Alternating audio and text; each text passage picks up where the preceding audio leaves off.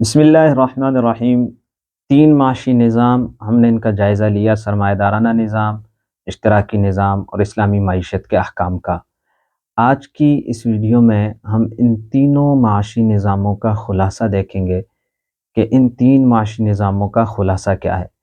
تو دیکھیے، سرمایہ دارانہ نظام میں جو معیشت کے چار بنیادی مسائل ہیں: ترجیحات کا تعین اور وسائل کی تخصیص، آمدنی کی تقسیم اور ترقی، ان چاروں کو سرمایہ دارانہ نظام میں ذاتی منافع کے محرک کو بالکل آزاد چھوڑ کر طلب و رسد کے ذریعے حل کیا جاتا ہے۔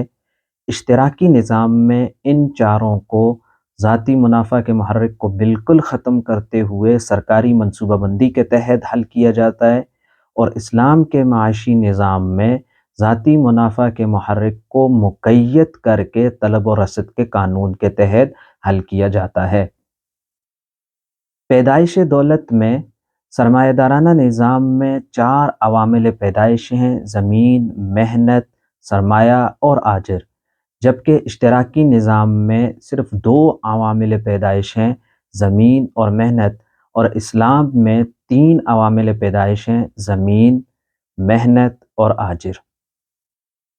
تقسیم دولت میں سرمایہ دارانہ نظام میں چار مدات ہیں: زمین، محنت، سرمایہ اور آجر، جبکہ اشتراکی نظام میں صرف ایک مد ہے اور وہ ہے محنت۔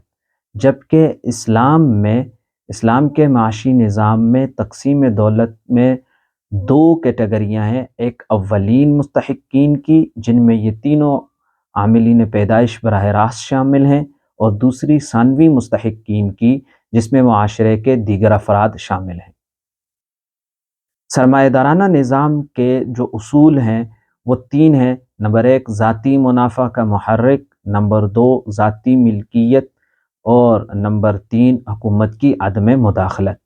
یعنی سرمایہ دارانہ نظام کے یہ تین اصول ہیں، جبکہ اشتراکی نظام کے چار اصول ہیں: ایک یہ اجتماعی ملکیت، نمبر دو منصوبہ بندی، نمبر تین اجتماعی مفاد، اور نمبر چار آمدنی کی منصفانہ تقسیم۔